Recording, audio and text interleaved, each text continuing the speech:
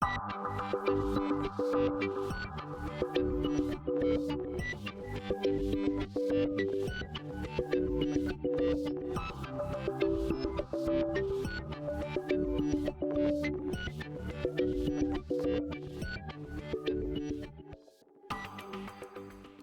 ZX Spectrum, along with other 8-bit home computers, were famed for the way they displayed a loading screen for a game.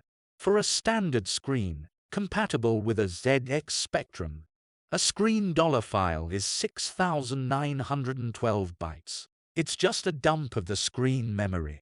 The first 6,144 bytes store the screen bitmap, 256 by 192 pixels, 1 bit per pixel, on or off.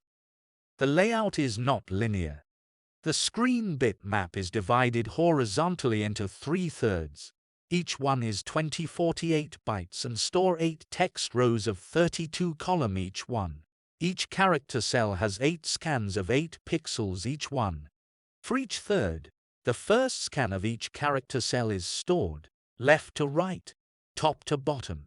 Then, the second scan, then the third, until the last one, the 8th.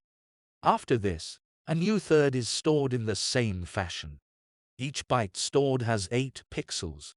The most significant bit belongs to the leftmost pixel as shown on the screen.